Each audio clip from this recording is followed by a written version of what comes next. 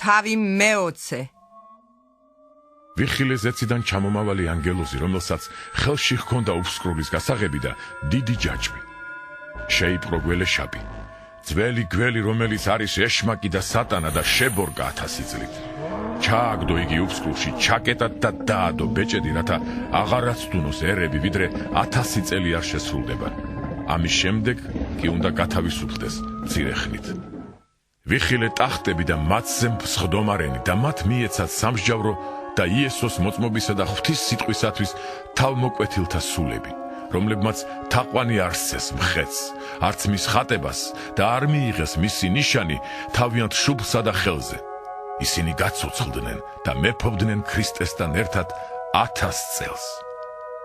სხვა მკვდრები კი არ გაცოცხლდნენ, ვიდრე არ შესრულდა 1000 წელი. ეს არის პირველი აღდგომა.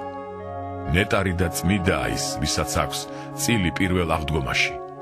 მასზე ხელმწიფება არ აქვს მეორე სიკვდილს, არამედ ისინი იქნებიან მღვდლები ღვთისა და ქრისტესი და იმეფებენ მასთან ერთად 1000 წელს.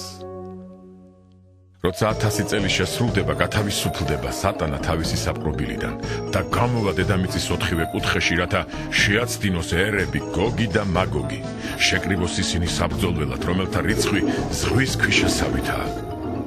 გამოვიდნენ დედამიწის სივრცეზე, გარს შემოერტყნენ წმიდათა ბანაკს და საყვარელ ქალაქს.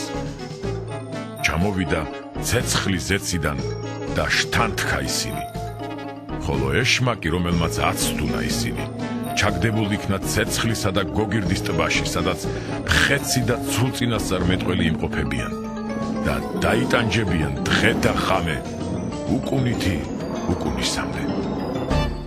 ვიხილე დიდი თეთრი ტახტი და ზედ მჯდომარე, რომლისგანაც გარბოდა ცადა მიწა და არ იპოვებოდა მათთვის ადგილი. ვიხილე მკვდრები, დიდები და პატარები, რომლებიც ტახტის წინ იდგნენ და გადაშლილი იყო წიგნები. გადაშლილი იყო სხვა წიგნიც, რომელიც სიცოცხლის წიგნია და განკითხულ იქნენ მკვდრები წიგნებში დაწერიდან მათი საქმეებისამებრ.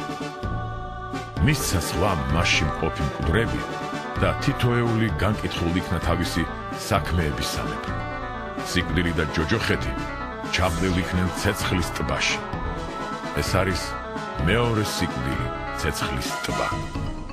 ვინც არ იყო ჩაწერილი სიცოცხლის წიგნში, ცეცხლის ტბაში იქნა ჩაგდებული.